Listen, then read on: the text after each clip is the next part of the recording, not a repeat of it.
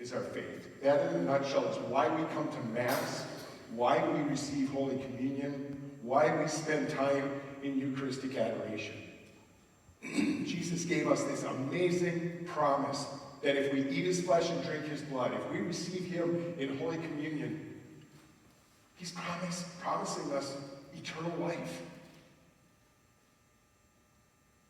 If people truly understood what that promise means, they'd be breaking down the door to fill these churches every time there's a Mass being celebrated.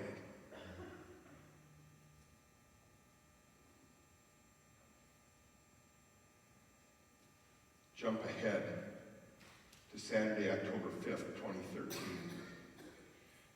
At the time, I'd been ordained a deacon for about 15 months, and I was the youth minister for the 6 parishes that I was assigned to at that time. And yes, Tony, I was assigned to 6 parishes when I got ordained. And I took a group of, it was about, I think it was 20 kids, middle and high school students, down to an event at Holy Hill called St. John Bosco Youth Day. The diocese had a whole fleet of buses taking youth ministers and their youth ministry students down to this event. And there were about 2,000 middle and high school students at this event on that Saturday from all 5 dioceses in the state of Wisconsin. And they had a tent set up that was about the size of 2 football fields. They had a big stage set up on one side of it. They had a praise and worship band, a nationally known praise and worship band that was playing. They were set up on the stage. They had an altar set up on the stage. They also had, a tent set up for Eucharistic adoration. They had a tent set up for reconciliation, and there was other activities going on. And they also had a number of nationally known speakers. And the keynote speaker that day was, at the time, a young priest that I had never heard of at that point, by the name of Father Mike Schmitz. And now I'm doing Bible in a Year with Father Mike online. Father Mike's talk was absolutely amazing, as pretty much anything that I've ever listened to him talk about is. When he finished his keynote address, he walked out of the tent. He went out to the tent that had the Eucharistic adoration tent, and he processed back into the main tent with the Blessed Sacrament in the monstrance. And for those who don't know what a monstrance is, I have this out here purposely. This is a monstrance, so it's got the glass on both sides. We put a consecrated host in there and place this on an altar so that we can adore Jesus in Eucharistic adoration. So Father Mike comes in, he's got a cross bearer out in front of him, he had 2 candle bearers in front of him, 2 behind him, and he processed into the tent, brought the monstrance to the altar up on the stage, and for about 20 minutes we had Eucharistic adoration while the praise and worship band was playing. And then Father Mike, at that point, started another procession. Taking the monstrance, he started to process up and down the aisles of the tent. And so he would walk up the aisle, and he would stop probably every 15 to 20 rows, and he would do a blessing. So we'd be blessed by Jesus in the Blessed Sacrament. As he came up the aisle that I was sitting in, I was sitting on the end of the aisle like this, and he stopped literally 2 rows right in front of me with the monstrance. And directly across from me, and the aisle wasn't this wide, it was probably 2/3 this wide, there were 2 young men sitting right across from me that were 15, 16 years old, I'm guessing. I don't know where they were from, I don't know who they were, but his father Mike stopped at the monstrance. These 2 young men let out an audible gasp, like, and they just fell right to their knees. His Father Mike did the blessing. These 2 young men just started crying, like sobbing, where I could hear them, and I actually looked over.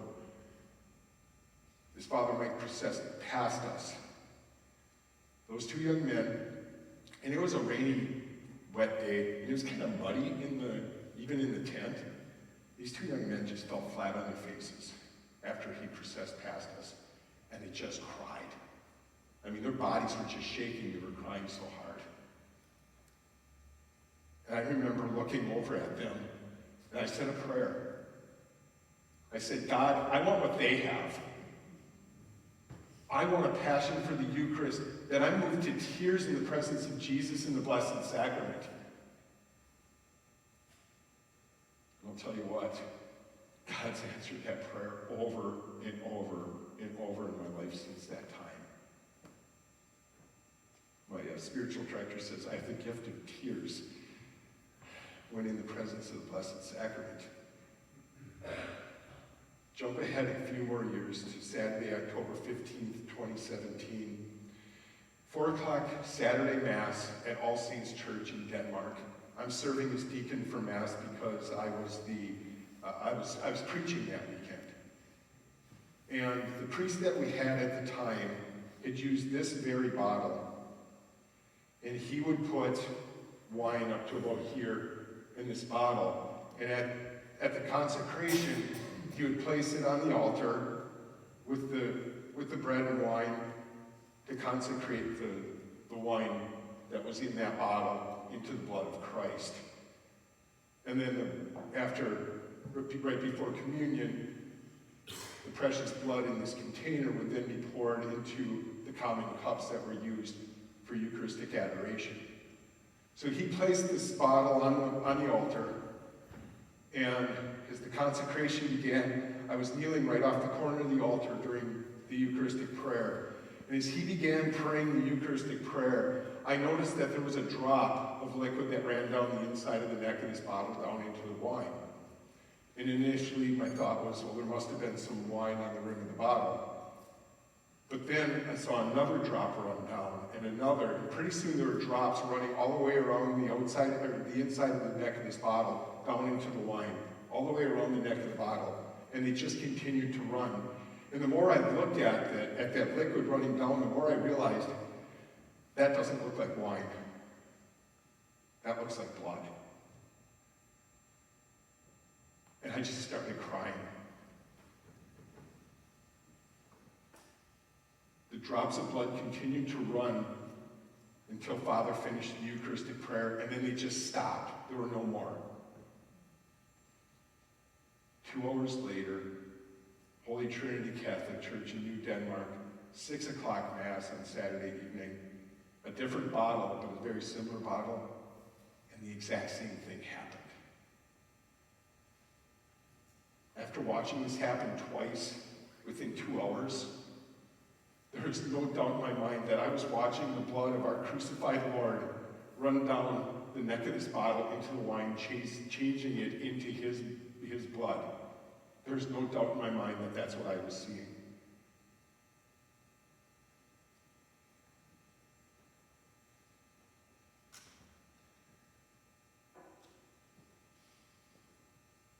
Jump ahead about 3.5 months to Sunday, February 28th, 2018. We now have those Christian Experience weekend retreats at All Saints in Denmark.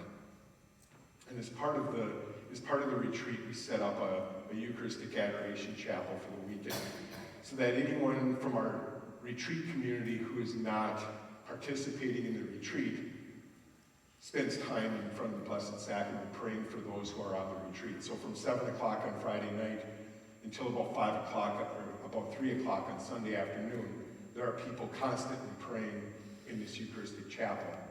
And then at 3 o'clock in the afternoon on Sunday, this particular weekend, it was a women's retreat. The women went into a classroom that we had set up as a chapel for their Sunday Mass. And being a deacon, I processed the monstrance that was in our adoration chapel back over to our church, placed the monstrance on the altar to do benediction before reposing the Blessed Sacrament into the tabernacle. So I placed the monstrance on the altar, and I was kneeling on the about as close as this step is to the altar. I was about that same distance. And we started out benediction by playing Matt Maher's, a recorded version of Matt Maher's song Adoration, which is the Tantum Ergo, down in adoration falling. And as the song began to play, there were 9 men with me in the front pews. And as the song began to play, I'm kneeling here, looking at the monstrance on the altar, and suddenly I noticed that there was something spinning at an extremely high rate of speed in a clockwise motion around the altar. It was just kind of a cloudy, sparkly light, something spinning around the altar. There was definitely something there, and it was between me and the altar, but I could see through it because I could still see the monstrance and the Blessed Sacrament on the altar. And suddenly it stopped, and it began to spin in the opposite direction. And then it stopped again.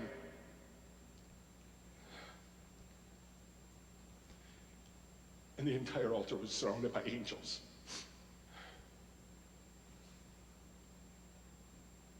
They're just sparkling with light. And they were all the way around the altar. They were between me and the altar, and all the way around the altar. But I could see through them because I still could see the monstrance and the Blessed Sacrament on the altar. And they suddenly began to sway back and forth as though they were dancing before the Lord. And I just cried.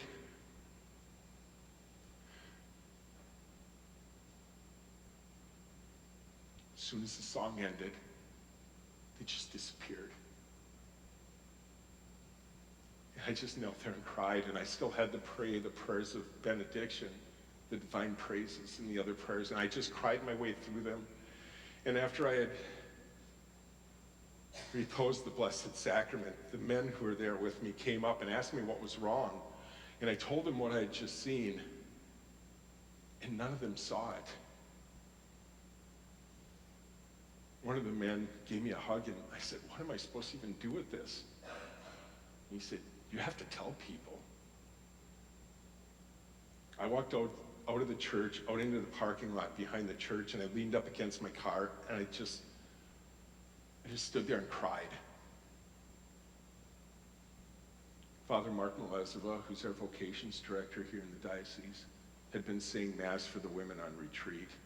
And he came out of the side door of the school, and he saw me leaned up against my car, and he came walking over. And he noticed I was crying. And he asked me what was wrong. And I told him what I had just experienced in church. And Father Mark got this huge smile on his face.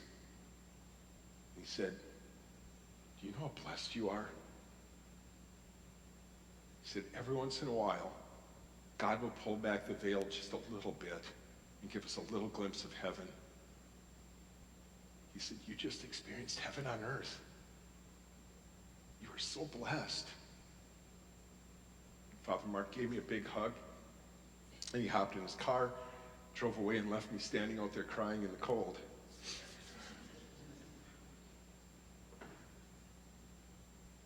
Jump ahead to the next day, on Monday. So where I previously worked, I worked 3 blocks north of St. Wilbrard's Catholic Church in downtown Green Bay. And if I was in the office at noon, St. Wilbrard's has a noon Mass. So if I was in the office, I'd go to Mass at noon. And so the very next day, I walked down to St. Wilbrard's for noon Mass. And as the Eucharistic prayer started, I was kneeling about halfway back in the church on this side of the church. And I'm looking for that tornado. And suddenly I heard an audible voice again. It was the same voice I had heard years before saying, "Dave, I want you to be a deacon." That same voice. But this time it said, "Dave, watch the Lamb. You don't come to Mass to worship angels. You come to Mass to worship my Son, the Lamb of God. Watch the Lamb."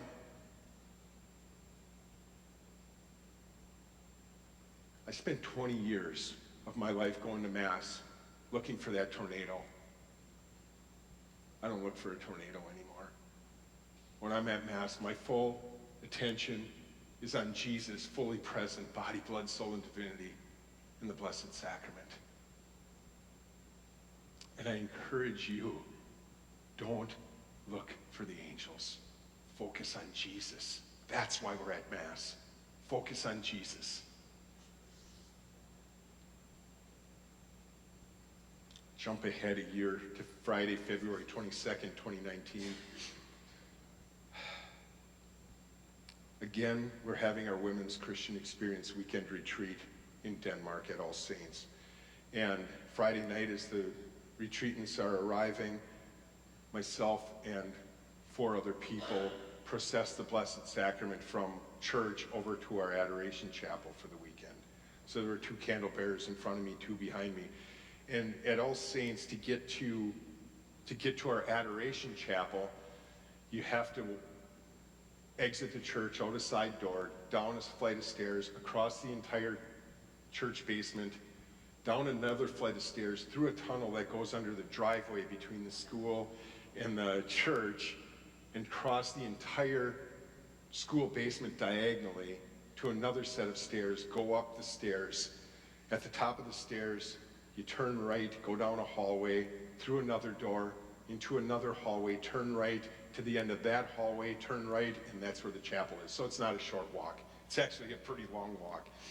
And I'm processing with the monstrance, and I got as far as we just got into the church basement, and suddenly my back and my arms just began to ache, and it was all I could do to hold up the monstrance.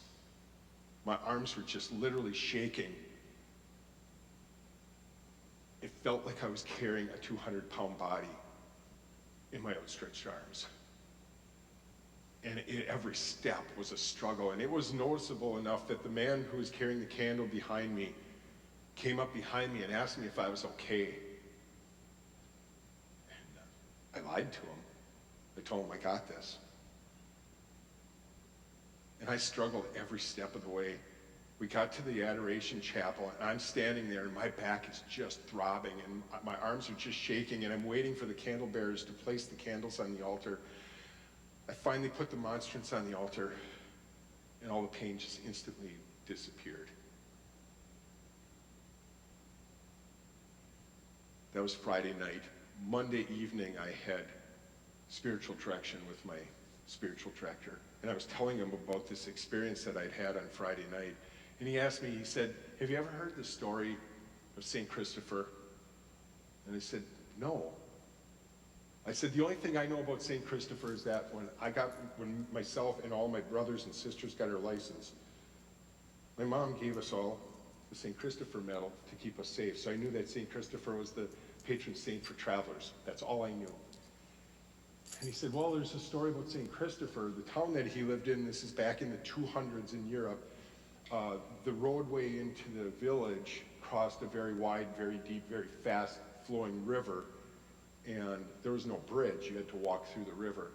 And St. Christopher's ministry essentially was carrying people across the river that couldn't make it themselves."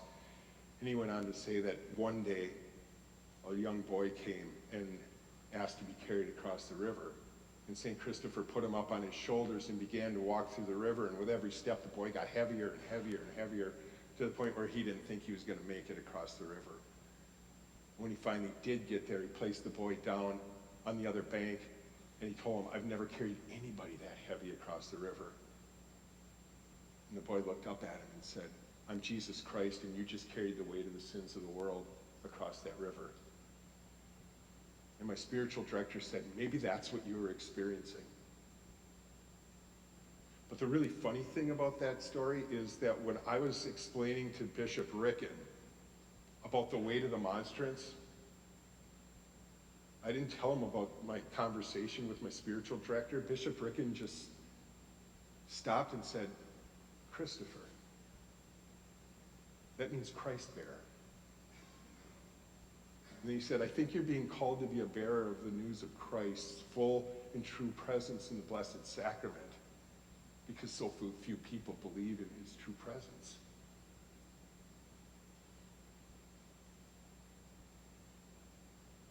Jump ahead another year. Friday, February 7th, 2020. I'm again carrying the monstrance over to our Adoration Chapel this time for our men's Christian Experience Weekend Retreat. And I had the exact same experience with the weight of the monstrance. The very next weekend, we had our Women's Christian Experience Weekend. I processed the Blessed Sacrament again, and again I had the same experience, except for one thing was different. When I placed the monstrance on the altar, I had pain in my shoulder, like unbelievable pain in my shoulder. About 20 years ago, I tore my rotator cuff, and it felt the same. After I placed the monstrance on the altar, I could only lift my arm about this high, and I couldn't get any higher because the pain was so severe. And it stayed there for about an hour, and then just like that, it just disappeared. Jump ahead to Friday, January 1st, 2021. New Year's Day, for those who don't know, is a holy day of obligation. I was serving as deacon at Mass. It was actually the last Mass that Father Paul DeMuth, who was our priest at the time, it was his last Mass at All Saints, the last Mass I served as deacon with him.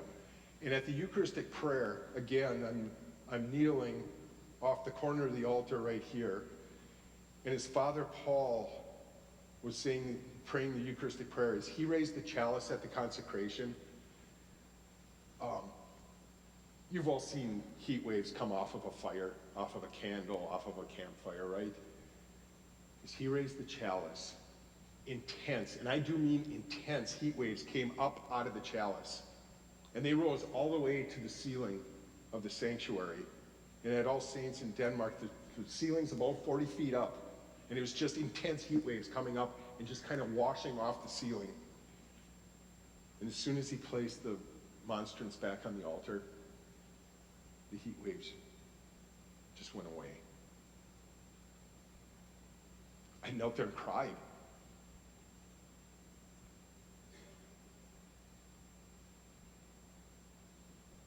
Jump ahead a year to January 2nd, Sunday, January 2nd, 2023. Again, I'm serving as deacon at Mass. And again, as our priest held up the chalice at the consecration, heat waves again came up, just like they had a year before. So a year and one day apart, I had the exact same experience with the heat waves.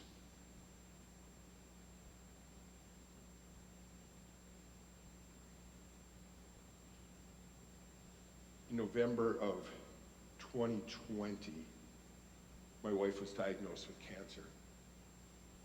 She was diagnosed with thyroid cancer. So anybody who knows anything about cancer, if you're going to get diagnosed with cancer, that's probably the one you want, because it's fairly easily treated.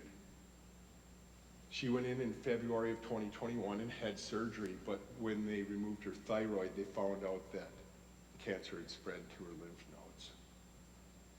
That is not a good thing, because once it's in the lymph nodes, it spreads very quickly throughout your body. So they went through an extremely aggressive radiation treatment. One that was so aggressive that for a week, I could not be in the same room with her. I could not be use the same bathroom as her. She drove herself to the hospital and back from her treatment. And I was told for the next week I should not even get in that car because of the radiation. Because the radiation was so aggressive, we were told that she could only have treatment once a year. And at the 6-month mark, they would do a test to see what, if any, progress there was. And her oncologist pretty much told her, you can expect to be doing this treatment annually for a while, maybe for the rest of your life until you succumb to the cancer if the cancer spreads quickly through the lymph nodes. So we went in on September 27th, it was a Monday of 2023, for her tests. And they ran her through some tests, and they said, the oncologist said he'd have the results either that afternoon or the following morning. But he gave us, he was pretty honest with us. He said, don't expect a lot. He said, there's a good chance it has spread even with as aggressive of a treatment that we have. We'll schedule your next treatment for February right away. So we went home. We didn't get any news on Monday afternoon. We didn't get any news on Tuesday. We didn't get any news on Wednesday. We didn't get any news on Thursday. We didn't get any news on Friday, and we're panicking. And Friday after work, we drove over to Eau Claire. My daughter at the time was a student at UW Eau Claire, and we spent the weekend with her. And Saturday evening at 5:30, we went to Mass at the Newman Center on the UW Eau Claire campus. And as my wife went up, as we all went up to receive communion, but as my wife went up and as the priest placed the host in her hand at communion, the phone in her pocket buzzed at the exact same moment. After Mass, as we left, she checked her phone, and it was a message from the oncologist. And he said he couldn't explain it, but she had no cancer. And he said, it's a miracle, because he couldn't explain it. Because of the timing of when she got that message, we believe it's a Eucharistic miracle.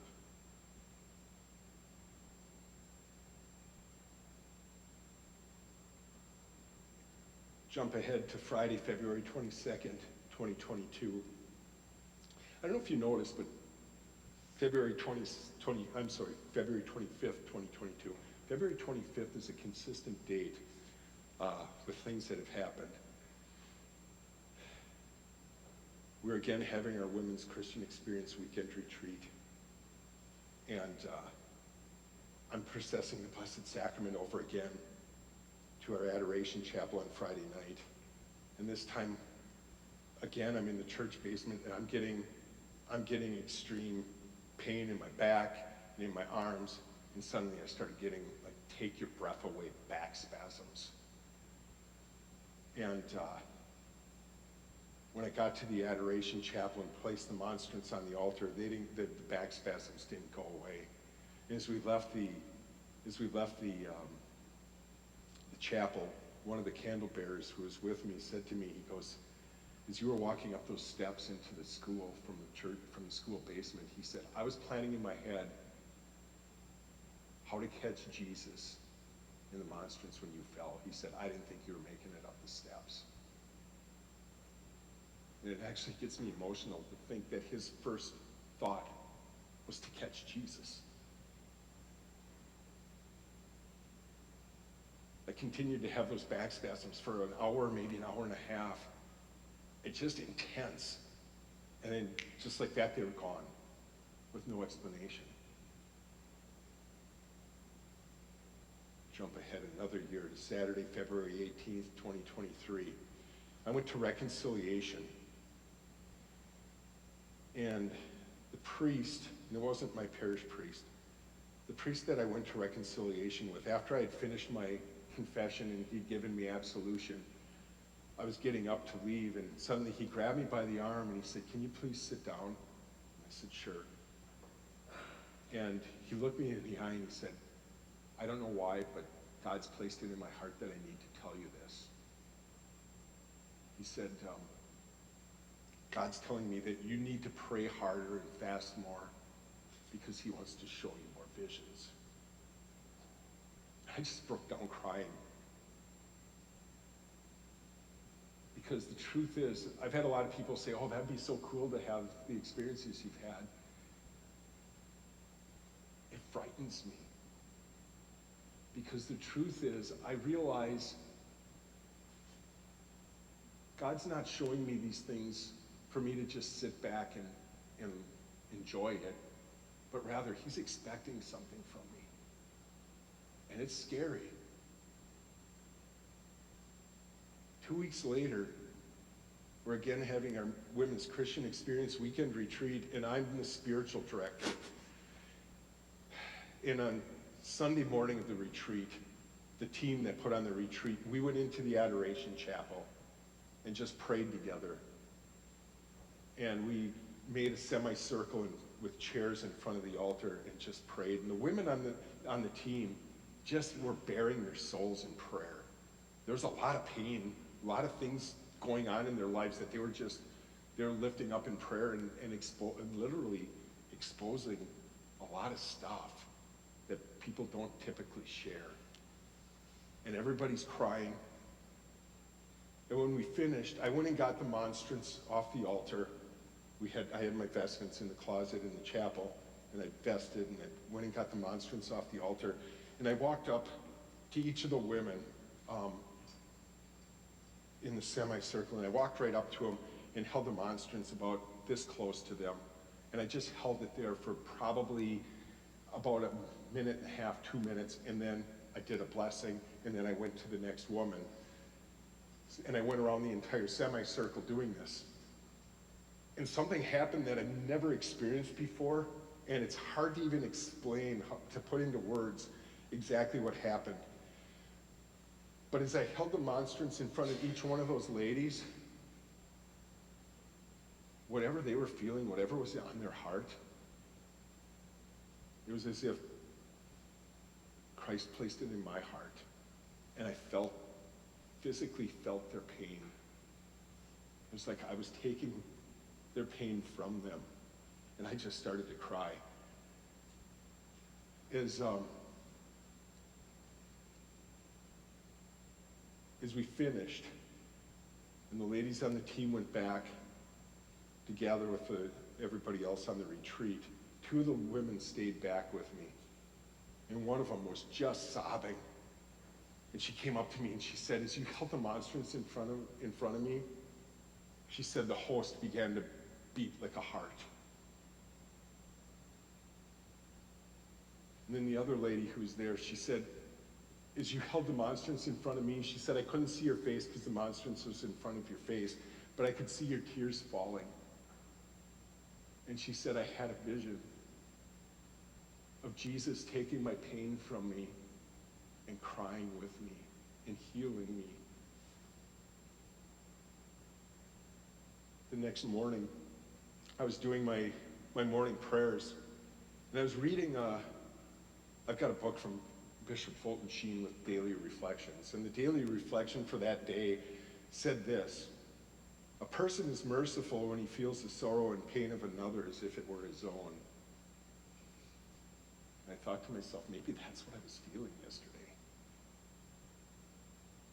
And I always do a daily reflection on the readings for Mass for the day, and the reflection that morning for the reading said, we're all part of the body of Christ, and when one part suffers, they all suffer. I thought, I think maybe that's what I experienced yesterday too.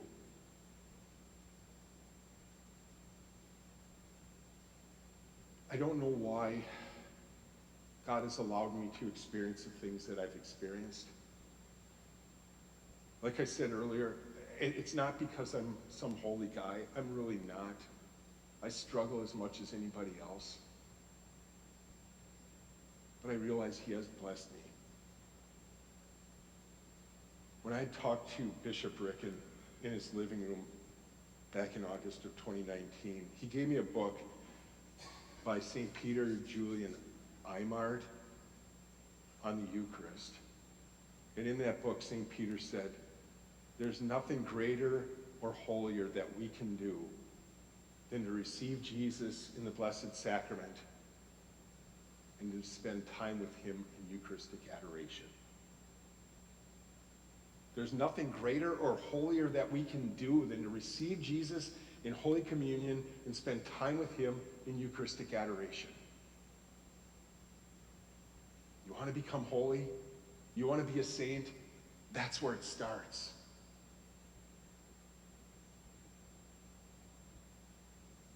To adore Jesus in the Blessed Sacrament is to share in the life of the angels and the saints in heaven. Spend their time glorifying and praising and worshiping Christ. In the Eucharist, we receive Because Jesus is present in the Eucharist, we receive amazing grace from the sacrament. And there's no greater grace we can receive than receiving Jesus in Holy Communion.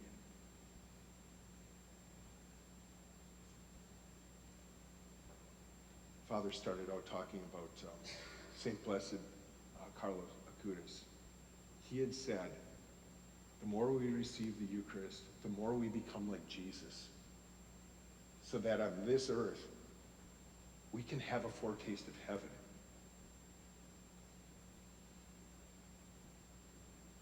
St. Mother Teresa of Calcutta said, when we look at a crucifix,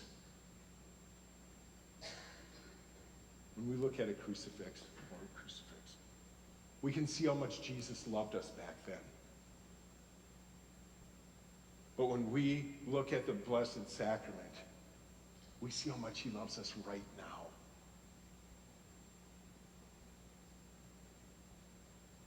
My prayer for each and every one of you is that you have a desire to receive Jesus in Holy Communion as often as possible. That you have a desire to spend time with Christ in his presence in Eucharistic adoration. Because I can promise you this, there's nothing like it. I spend at least 3, sometimes 4 holy hours in a week just to be near Christ. It'll change your life.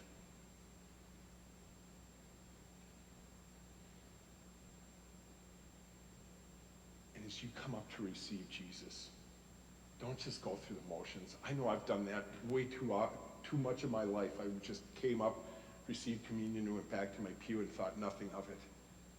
Don't just go through the motions. As you come up to receive Jesus, tell yourself, that is really Jesus.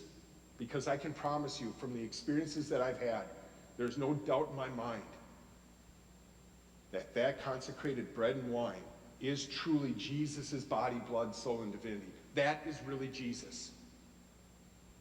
So as you're coming up to receive Christ in Holy Communion, tell yourself, remind yourself that this is really Jesus. Because it'll change how you receive Holy Communion. And it will change your heart.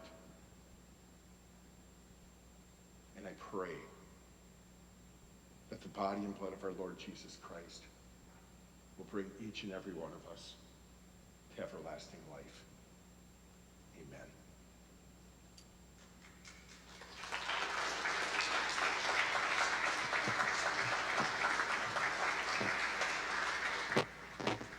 I did forget one thing. I got a shameless plug. So back in spring of 2022, April of 2022, I think my wife was planning my ultimate demise. Because she asked me to write down the dates and the events so that if something happened to me, that the information wouldn't get lost. I don't know if she upped my life insurance or not, but so I started to jot that stuff down for her. And as I started to jot it down, I wrote, and suddenly it just poured out of me. I ended up writing a book, which you mentioned at the beginning, which is called A Glimpse of Heaven on Earth, which is Father Mark Malezeva's words to me that Sunday afternoon in February of 2018 when I saw the angels gather around the altar. There's more stories in the book than I've shared with you this morning. But that is available. I actually have some in my car if anybody's interested. They're also available at St. Patrick's bookstore here in Appleton. They're also available at the Cathedral Bookstore and on Amazon for $20 a piece. I'm not making a cent off of those books. Any proceeds from the book sale is going to 2 places. One, to Diocesan Youth Ministry, having been a youth minister for 8 years. That's something dear to my heart. And if we want vocations, we have to promote them with our youth. And the other one is the Diocesan Seminary Fund, because without priests, we don't have the Eucharist. So any funds that are earned off of the sale of the books, that's where it's going, just so that you know. So thank you very much. Do I have time for questions, or do we have to go? Okay, so if anybody has any questions, I'd be happy to answer.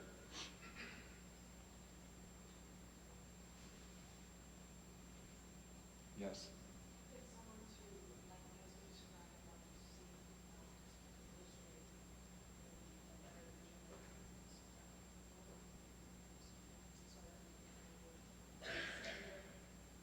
Right.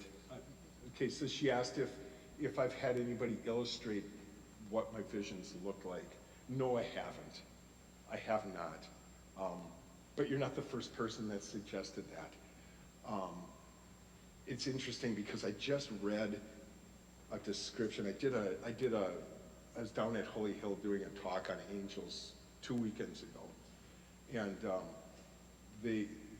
I was going through, finding stuff about angels, right? And there was a saint, and I don't remember her name, but her description, it was her and St. Padre Pio, there was 2 saints. Their description of angels, because they'd physically seen angels, was they're made of fire and light. And that's probably the best description I could, when they said fire and light, I'm like, yep, that's kind of a good description without seeing it. I can't, I'm sure you don't have a true vision of what that is, but that would be the best description that I could give.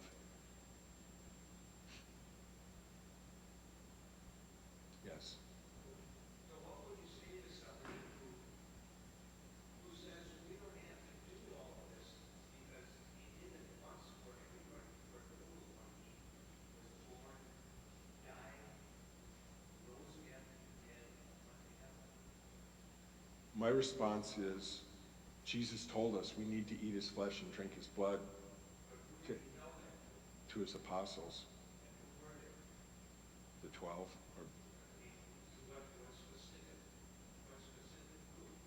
He's speaking to Jews. he's speaking to Jews, yes. So we're Gentiles, correct? Right. We don't fall into the picture until after God appears to Paul. That's our salvation. I mean, Jesus is our salvation.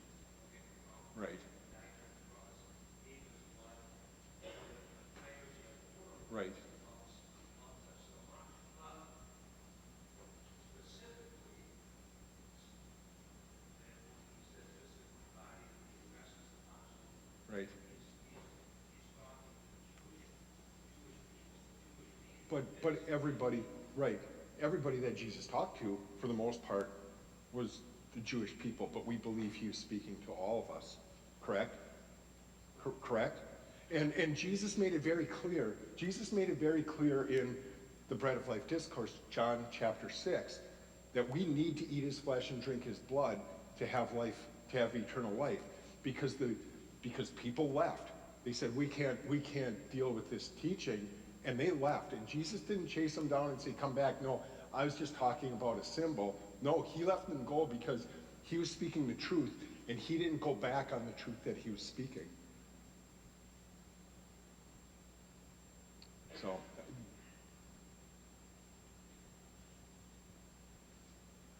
yes. Does your son continue to see this portion or any vision areas? So the last time my son saw something, he was in 7th grade.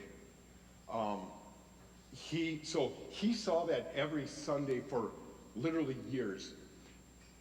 When he got to middle school, all of a sudden him saying, do you see the tornado, started to happen less and less. The last time he said something to me was he was in 7th grade, and it had been probably a year, and we're sitting at Mass, and all of a sudden he nudges me and he goes, Dad, do you see the tornado? And I'm like, no, I don't see it. But it's interesting because I was out to eat last night. My son lives in Montana. He's home right now. And I was out to eat with him and some of his friends from his old high school friends. And we were having a conversation. One of his friends is a non-denominational Christian. And we started talking about stuff and specifically about my book. And this friend asked, well, has anybody else had these kind of visions? And my son said, yes, I did when I was younger. So my son remembers it. He hasn't had any visions in years. But before I ever started sharing his story or put it in the book, I asked his permission to make sure he was okay with me sharing that, because that's pretty personal stuff. So, and he said, yeah, absolutely. So,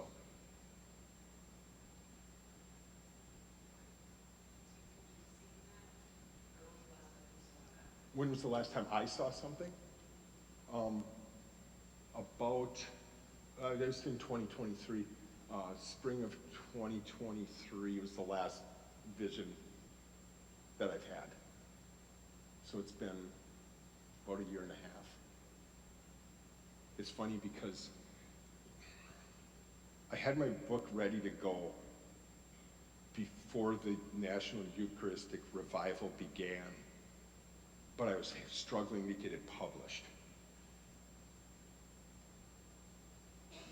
But all of a sudden, things continued to happen, so I kept adding chapters to the book. And then all of a sudden, a publisher literally fell right in my lap, and made things really easy.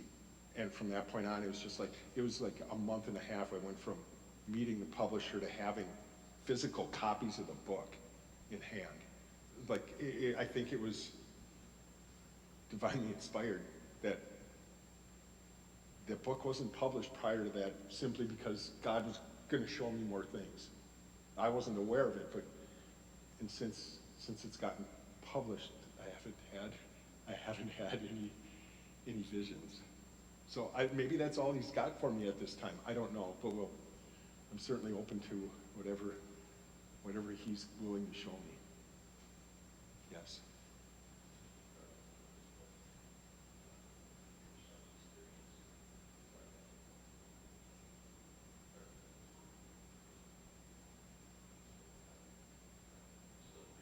Yeah. Right.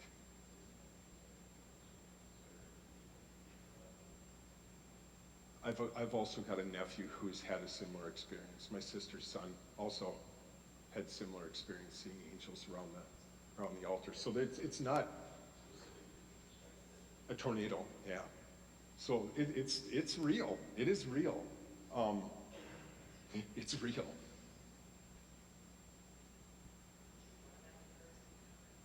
I did. Oh my gosh. I could stand here and talk for another hour and a half about National Eucharistic Congress. Um, Adoration was like nothing I've ever experienced. You're sitting in a stadium with 65,000 people, and they process the Blessed Eucharist, the Blessed Sacrament, and the Monstrance into the stadium, and everybody just dropped to their knees. In the silence, the instant silence, it was, for lack of a better word, the silence was deafening.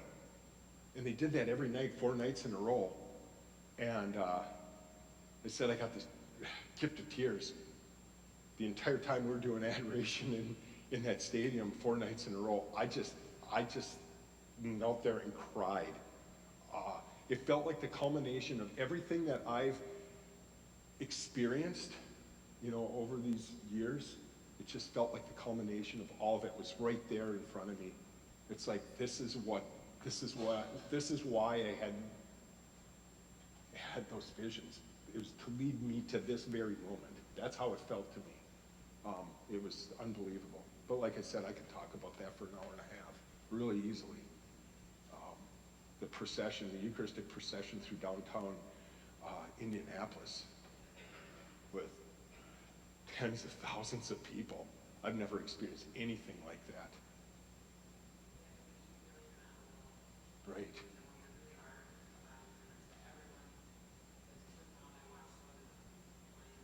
Yeah.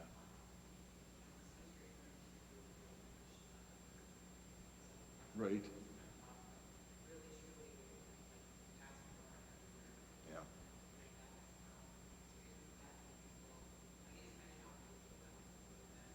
It was.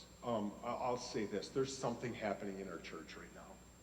There is truly a revival happening in our church right now. It may not be It may not be huge, but it's happening.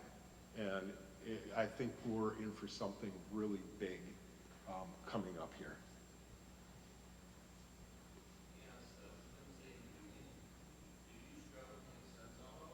Oh yeah, that's why I spent 5 or 6 months with my spiritual director talking about it and praying about it, because every time I've had anything happen, I've spent time with my spiritual director, talking through it and praying about it. Later on, as everything starts to happen, yeah, and through discernment.